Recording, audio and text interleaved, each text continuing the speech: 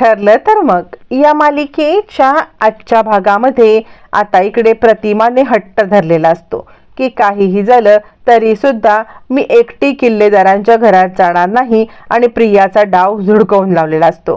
कारण प्रियाला वाटत असतं की या सगळ्यामध्ये आपल्या आईने आपल्या सोबत एकटंच यावं, म्हणजे आपली आई कसली, प्रतिमाने आपल्या सोबत एकटंच यावं जेणेकरून या सगळ्यामध्ये सायलीपासून ती लांब राहील आणि सायलीला त्रास होईल। सायलीला त्रास झाला तरच हिला चांगलं वाटणार असतं आणि त्याचमुळे तिने हा सगळा डाव रचलेला असतो। पण हा डाव आता प्रतिमाने उधळून टाकलेला असतो।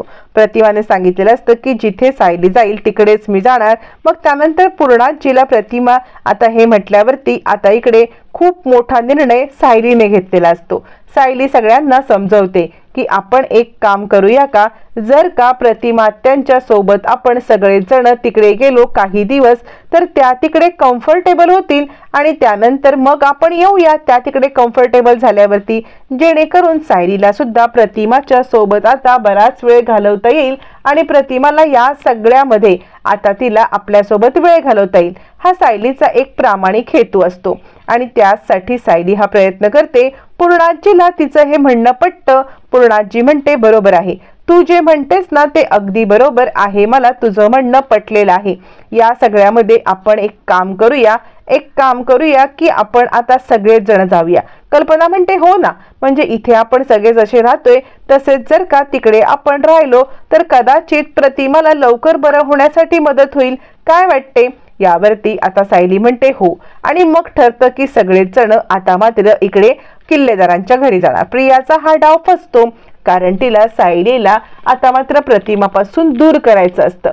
काहीही घडलं तरी आता सायली आणि प्रतिमा यांना दूर करणं तिला शक्य नसतं। मग ती विचार करते आता मात्र ही घरी येतेच आहे ना, तर माझ्या घरी आल्याचा मी हिला काय दुष्परिणाम आहे ते सगळं दाखवणार आहे। या सगळ्यामध्ये आता मात्र मी तिला तो दुष्परिणाम दाखवणार। तिला या सगळ्यामध्ये मी आता मात्र इकडे सगळ्यांच्या समोर तिला कशी तोंडावरती पडते ते बघ। पण तिला माहित नसतं की या सगळ्यामध्ये तोंडावरती तर आता तीच पडणार असते। आता मात्र सगळे घरी येतात।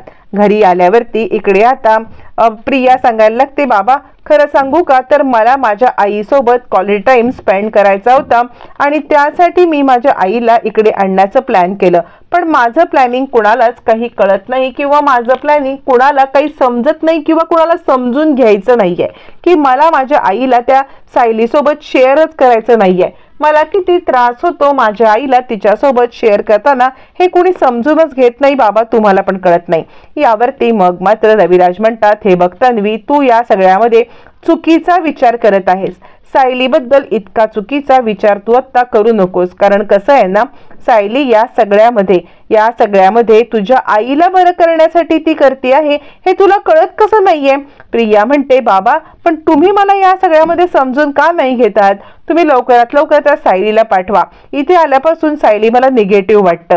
त्यावरती रविराज विचार करतात, नाही हिचं काहीतरी बिन असलंय। जर प्रतिमाला या घरामध्ये सायली हवी असेल तर सायलीला मी या घरातून बाहेर काढू शकत नाही किंवा तिला बोलू शकत नाही की सध्या तरी सायली तू इथून जा, हे मला पटतच नाहीये आणि तन्वीचं वागणं पण पटत नाही। पण या सगळ्यामध्ये रविराज तिला समजवतात की नाही, सायली इकडे जोपर्यंत प्रतिमाला बरं वाटत नाहीये तोपर्यंत सायली इकडे थांबणार, कारण जी प्रेम, आत्मीयता आणि माया तुझ्याबद्दल तिला वाटायला पाहिजे ती तिला वाटत नाहीये, ती तिला सायलीबद्दल वाटते, तर आपण काहीच नाही करू शकत। यावरती कुणावरतीही प्रेम करण्याची आपण म्हणजे जबरदस्ती नाही करू शकत।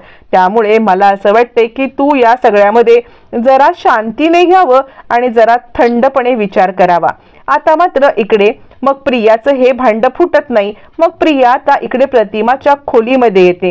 प्रतिमाच्या खोलीत आल्यावरती तिकडे रविराजांनी प्रतिमाचे सगळे दागिने ठेवलेले असतात।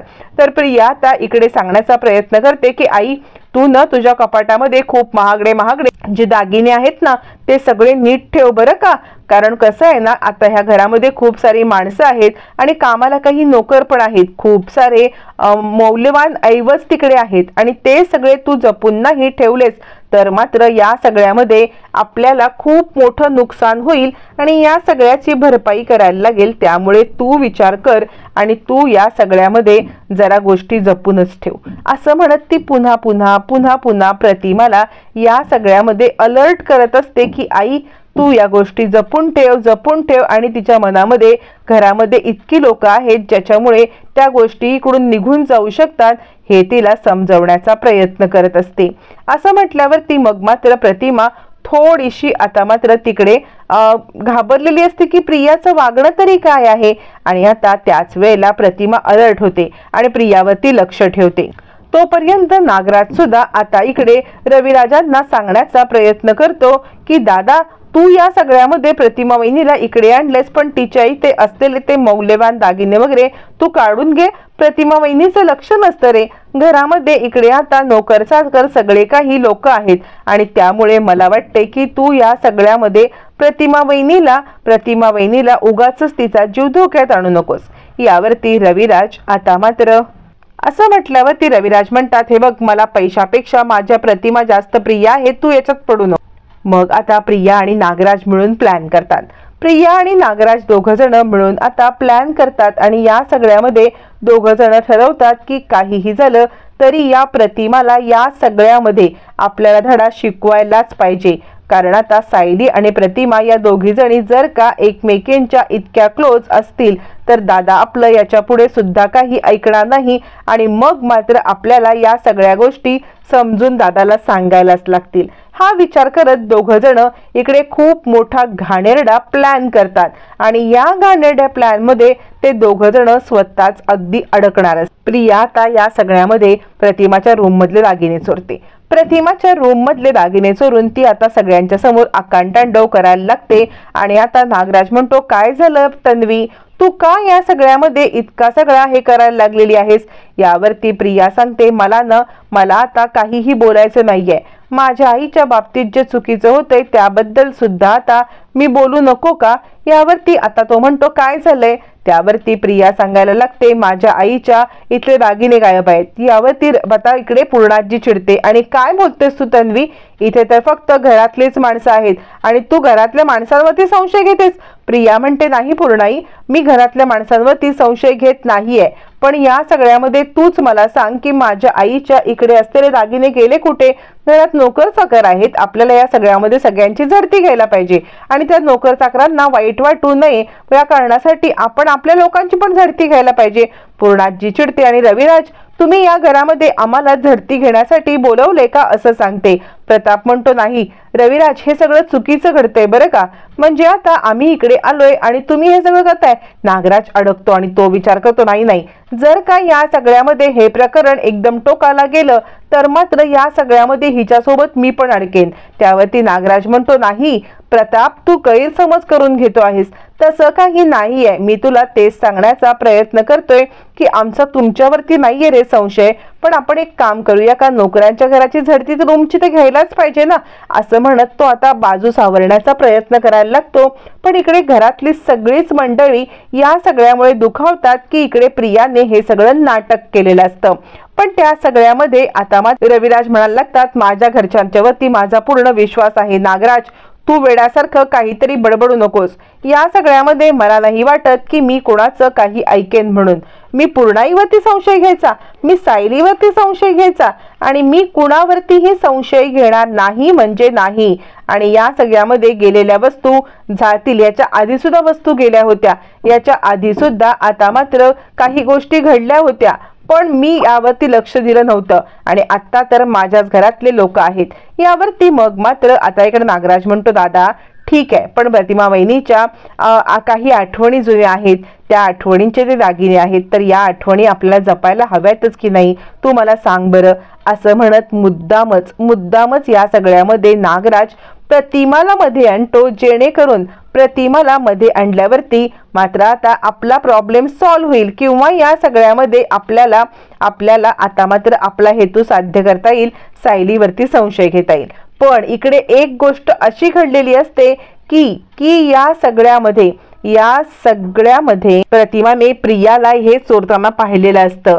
आता सगळ्यांच्या रूमची झडती होते। मग नागराज येतो, हातामध्ये रविराजांच्या एक पोटली असते आणि रविराज म्हणतात सायली ज्या रूम मध्ये होती तिकडे हे सापडलेलं आहे।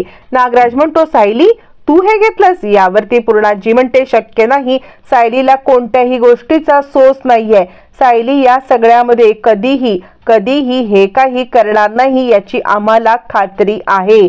असं म्हटल्यावरती आता मात्र रविराज म्हणतात मला सुद्धा सायलीवरती तितकीच खात्री आहे जितकी पूर्णाजीला खात्री आहे आणि त्यामुळे सायली हे करणार नाही। सायली म्हणते मग माझ्या रूम मध्ये हे कसं काय सापडलं?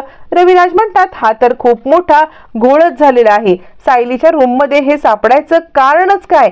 कारण सायली कधीही हे असं काही करणार नाही याची मला खात्री आहे। असं म्हटल्यावरती तिकडे रागारागात प्रिया सांगते याच कारणासाठी सायली तू माझ्या आईशी जवळीक करण्याचा प्रयत्न करत होतीस का? याच कारणासाठी तू माझ्या आईला या सगळ्यामध्ये जवळ करण्याचा प्रयत्न करत होतीस? म्हणजे तुला दागिने हवे होते का?